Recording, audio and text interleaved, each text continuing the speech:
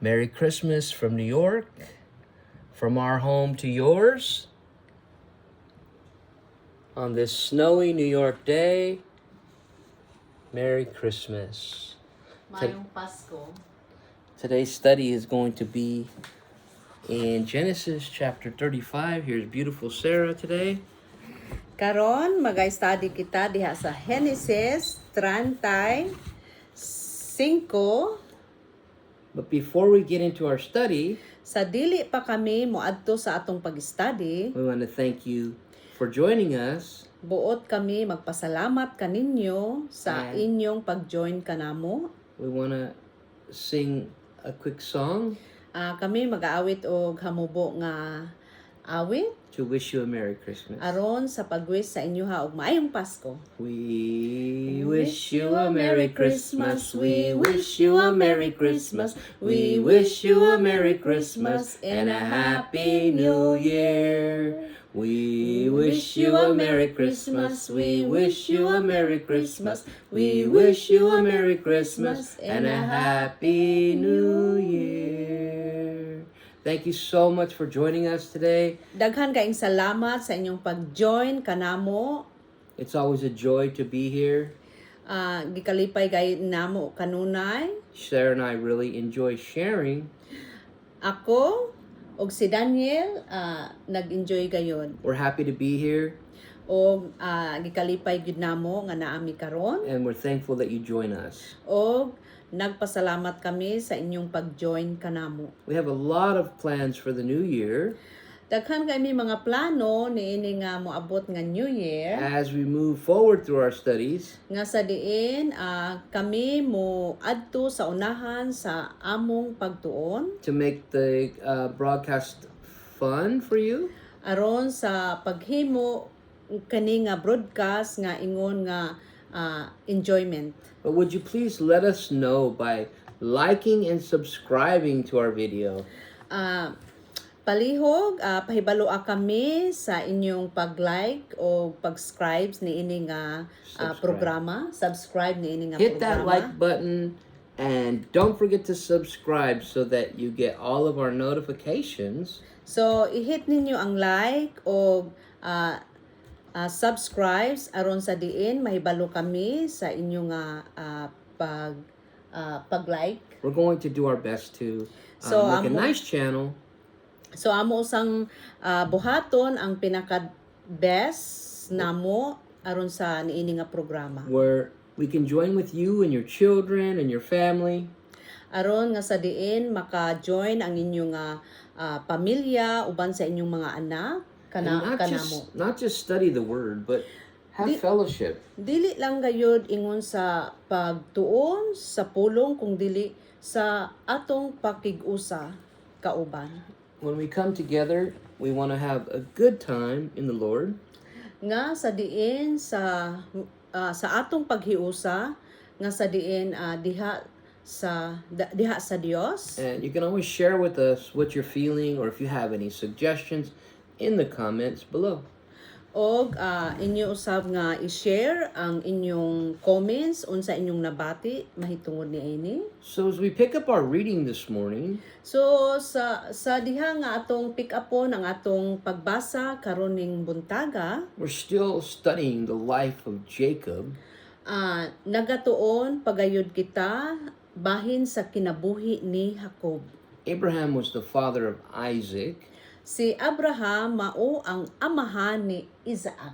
and we know that Sarah was Isaac's mother. Ug kabalo kita nga si Sarah mao ang inahan ni Isaac. Not this Sarah, but Dili ako ha. but Sarah was the mother of Isaac, and then Isaac was born, Nga si Sarah mao ang inahan ni Isaac. and Isaac grew up Og si Isaac nagdako and married beautiful Rebecca. og nakaasawa sa matahom nga si Rebecca.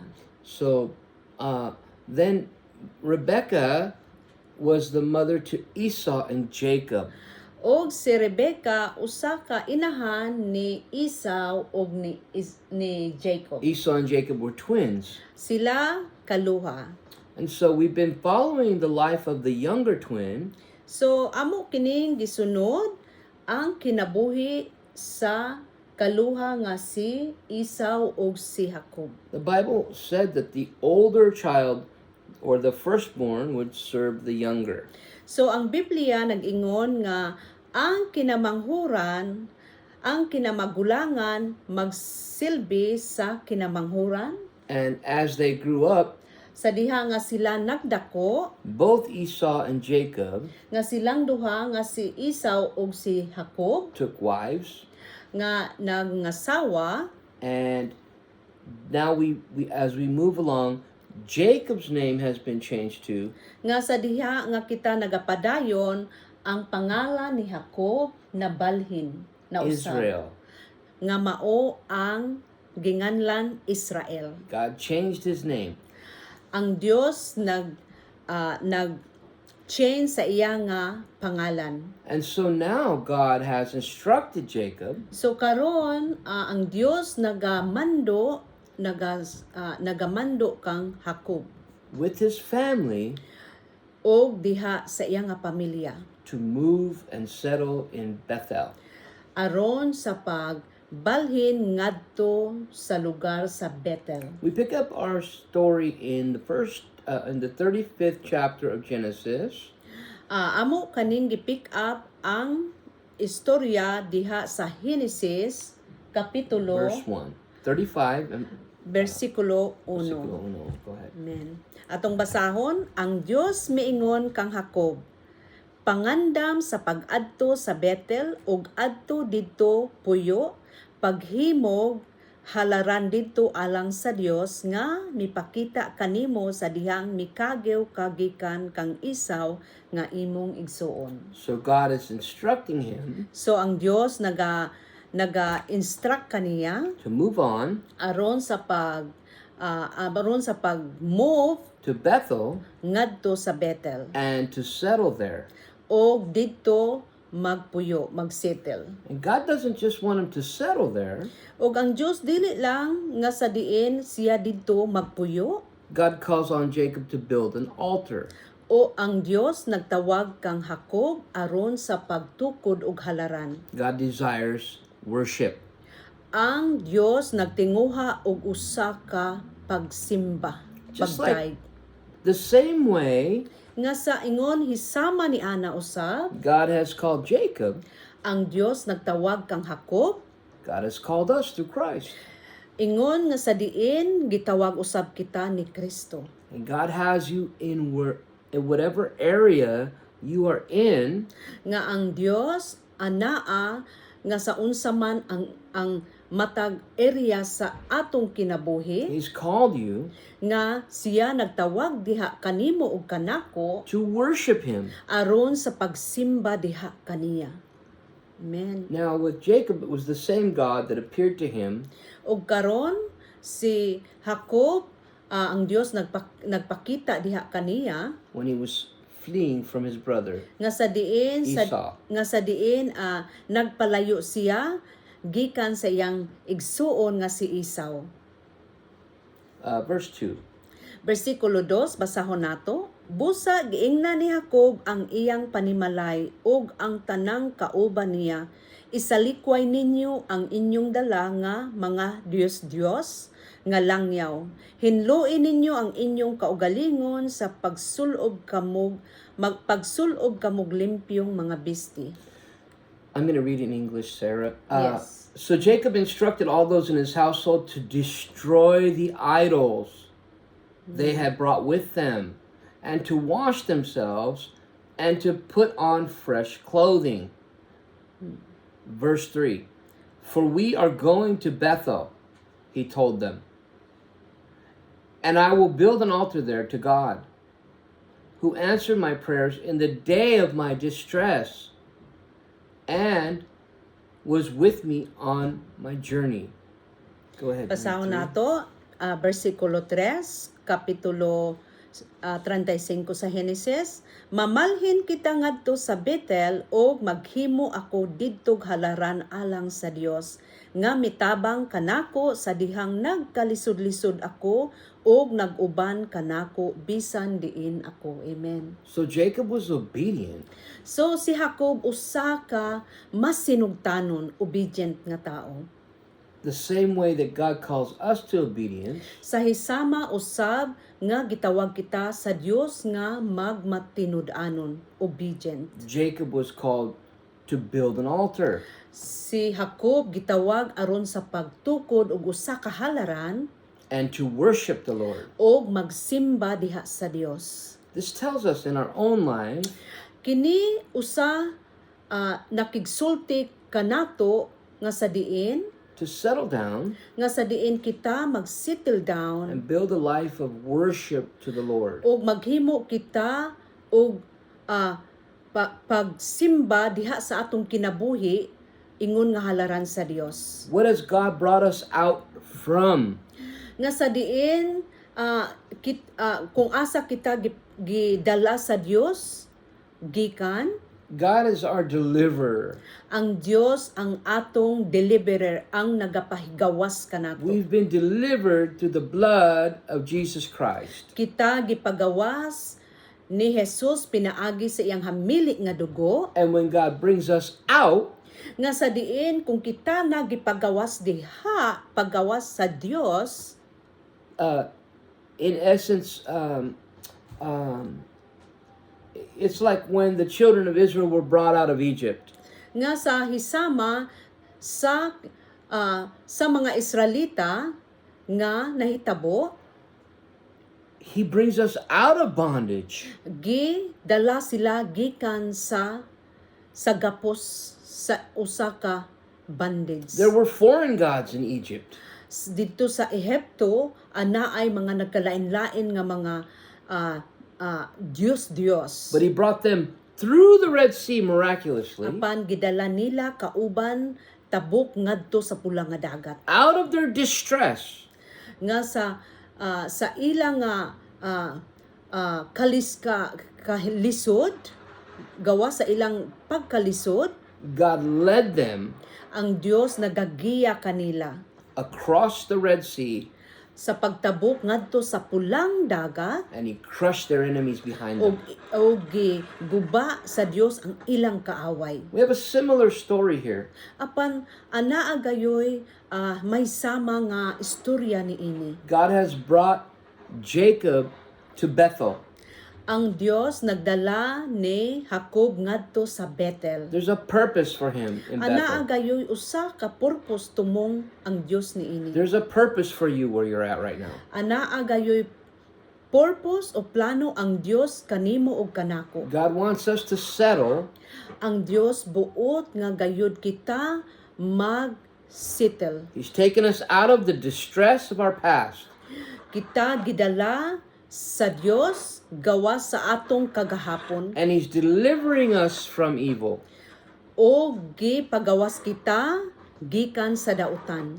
In the Lord's Prayer, Diha sa pag-ampo ni Jesus sa Dios, Jesus taught us to pray si Jesus nagtudlo kanato sa pag-ampo to forgive aron sa pagpasaylo the way that we've been forgiven. nga sa diin kita usab nga gipasaylo. We forgive.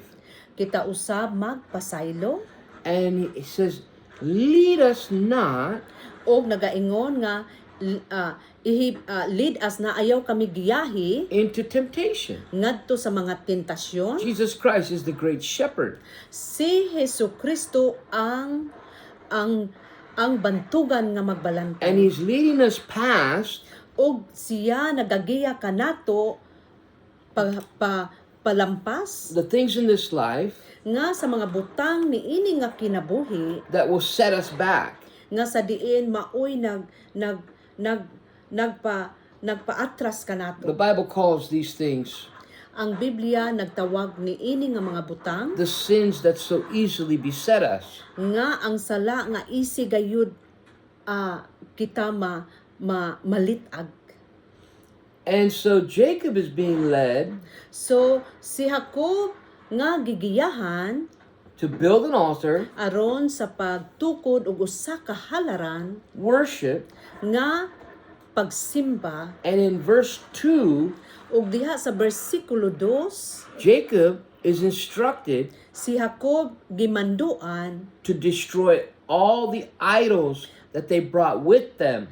aron sa pagguba og salikway sa mga Dios nga ilang gidala. How many of you know that when Jesus saves us, Pipila man kaninyo nga nakahibalo nga kung si Jesus, say that again. how many of you know that when Jesus saves us, Pipila man kaninyo nakahibalo nga kung kita giluwas ni Jesus, he saves us to settle giluwas kita aron sa pag-settle and relax, o mag-relax but to worship. apan sa pagsimba. But more than that, Pero labaw pa ni he ana, wants us to forsake our idols gusto gayud niya nga isalikway ang atong mga idols, mga we Dios. can't bring the things of our past Dili nato madala ang atong mga butang sa kagahapon that God calls sin nga gitawag sa Dios nga sala, forward into our Bethel. nga nga sa diin sa unahan atong dalon nga mao ingon nga Bethel. God has made you into a new creation. Ang Dios binuhat kita nga bag-o nga binuhat nga tawo. God has changed Jacob's name to Israel. Ang Dios nagbalhin ni Jacob nga pangalan nga mao na ang He Israel. gave him a new name. Gitagaan siya og bag-o nga pangalan. And God has given you a new identity in him. Ang Dios naghatag kanimo og kanako og bag-o nga pangalan, identity. And so in our new identity, So sa ato nga bag-o nga identity, we don't follow kita wala gayud nagsunod the desires of the flesh. sa tinguha sa unod. We have new desires. Kita ana ay bag-o nga tinguha. Like Jacob, we're moving into promise. Sama ni Jacob nga kita ning atras ngadto sa saad. We have the promises of Jesus Christ. Kita anay mga panaad diha kang Hesukristo. So Amen. we can't bring idols out from the past with us. Dili gayud kita makadala sa atong mga idolo or Diyos sa atong kagahapon. Into this new identity. Dinhi sa bag-o nga binuhat nga gihatag sa Dios. Amen. Jacob instructed everyone to wash themselves Si Jacob nagmando sa panimalay nga and put on fresh clothing. sa diin magsulob og limpyo nga bisti. There's a cleansing Anaa gayoy mga paghinlo that God does in us nga buhaton gayud sa Dios When diha kanato. when he brings us out. Nga sa diin kung nga gidala kita pahigawas, He desires us so intently. gitinguha gayud sa Dios sa pinaka-intent. Amen. And he wants us to be clean before him. O buot gayud kita hinluan diha kaniya, No statues, nga wala gayoy mga estato, no other gods. nga wala gayoy mga nagkalain-laing mga Dios. He says, put on fresh clothing. Siya nag-ingon nga pagsulob kamog limpyo nga bisti. In the New Testament, he tells us to put on the new man. Diha sa bag-o nga testamento nagaingon nga isulob nato ang bag-o nga pagkatao. Our sins are washed away. Ang mga sala nato gihinluan na. The distress is behind us. Ang distress na nahilabay na. And now we're going into a new land. Ug karon moadto kita sa bag-ong yuta. We're going into promise. Moadto kita sa usa ka saad. Jacob said in verse 3, we are going to Bethel. So si Jacob nag-ingon sa kanila nga moadto kita ngadto sa I Bethel. will build an altar there Ug ako magatukod og halaran to the God who answered my prayers sa Dios nga maoy nagtubag sa akong mga pagampo. Amen. in the day of my distress. sa panahon sa akong pagkalisod-lisod. When you came to Jesus, Sa diha nga ikaw ug ako moadto kang Hesus, were you coming out of distress? naggawas ka ba sa kalisod-lisod? There's an uncertainty Ana gayoy mga uncertainty when we are unsaved, nga sa diin wala pa kita naluwas. and a specific stress Nga sa diin espesipiko gayud nga stress kalisod with regard to death and dying. nga kana nagdugtong sa say that again. There's a certain distress that the unsaved have when it comes to death and dying. Ana gayoy mga certain nga mga pagkalisod nga sa dihin wala pa ikaw ug ako naluwas. No one likes to think about that. Wala gayoy isa nga gusto maghuna-huna ni ana. But when we came to Christ, Apan sa diha nga kita ning adto ni we Kristo, received the promise kita nakadawat og usa ka of saad, a new life, bag-o nga kinabuhi. of a Amen. new place. Bag-o nga lugar, Jesus place. said, I go and prepare a place for you. Si Jesus nagingon nga ako mo adto aron sa pag-andam og luna kaninyo. That where I'm at, Nga sa diin asa ako, you may be also. nga sa diin anaaw sab kamo. Amen.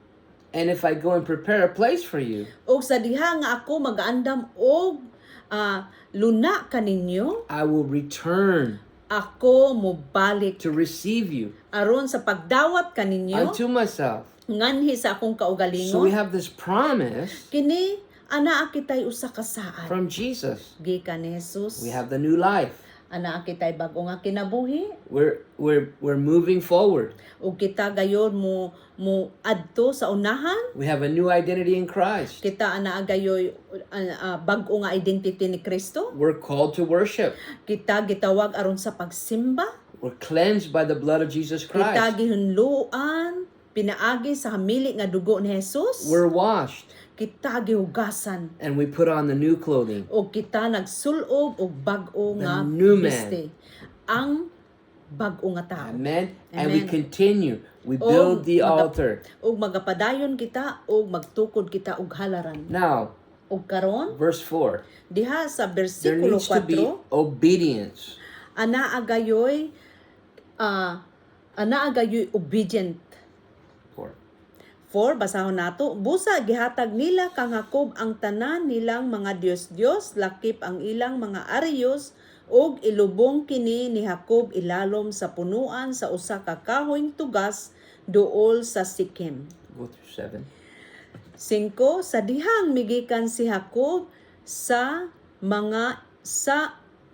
Hakob ug ang iyang mga anak giabot og dakong kahadlok ang mga mulupyo sa mga silingang lungsod busa wala nila gukda sila si Hakob. 6 niabot si Hakob og ang tanang niyang kauban sa Luz o Betel sa yuta sa Kanaan. 7 og didto nagbuhat siyag halaran og iyang ginganlag El Betel ang maong dapit kay didto mipakita man kaniya ang Dios sa pagkagyo niya gikan sa iyang igsuon. Jacob gave the instructions. So si Jacob naghatag og instruction, mando. And God has given us instructions. Kita gihatagan sa Dios og usa ka mando, instruction. Destroy the idols in your life. Gubaon nato ang mga idolo o Diyos sa atong kinabuhi. Thou shalt have no other gods before me, the Lord Nga says. wala gayoy mga Diyos o lain nga mga Diyos gawas lang kanako. I've brought you out, I've cleansed you. Ikaw gihinluan, gidala ko ikaw pagawas. And now, I'm going to sanctify you. O karon buot nako is-sanctify The ikaw. work of the Holy Spirit. Ang buhat sa balaang Espiritu Santo Through sanctification, pinaagi sa pag-sanctify makes the man or woman of God nga usa nga mahimo sa usa ka babayi o sa tawo sa Dios useful in the hands of God. Ingon nga usa ka useful diha sa kamot sa Dios. We find our identification, Atong makita ang atong identification, our true identity, ang tinuod gayod nga identity in Christ. diha lang gayod ni Kristo. We put on the new man Atong isulob ang bag-o nga tao and we destroy our idols. ug ato gayong gubaon ang atong mga idolo sa kinabuhi. And in the story we're reading with Nga Jacob, diha sa story nga atong gihisgutan, they gave Jacob, Jacob all their idols and their earrings, o gihatag nila ang ilang mga idols bisan ang ilang mga aryos. and I want you to pay close attention to what Jacob did. So buot na ako nga tagaan gay nimog atensyon ug unsa ang gisulti ni Jacob. He buried them Iya kining gilubong underneath the terebinth tree. ilalom sa punuan sa tugas. I want to talk a little bit about the terebinth tree. Buot For a moment. nako pagahisgutan unsa kining ilalom sa tugas. The terebinth tree is very interesting. Ang usa ka tugas nga kahoy pinakainteresado gayud. Terebinth is also known as an oak tree. Ang tugas nga kahoy gingan usa ka bantugan gayud nga gitawag og oak tree. Remember in the book of Genesis when the man and woman fell, Hinumdumi sa Genesis When Adam Genesis nga sa diin si Adan Fell. na hagbong sa Okay. sala. there was a tree Ana gayoy usa ka kahoy that they were forbidden nga sa diin sila gibawalan to eat from. sa pagkaon. Now we see another tree. Ug karon makita nato ang usa ka kahoy, This is the terebinth. kini usa ka nga ginganlag tugas. Terebinth means mighty. Ang pangalan nga terebinth tugas Or mao strong. ang makusgan, bantugan.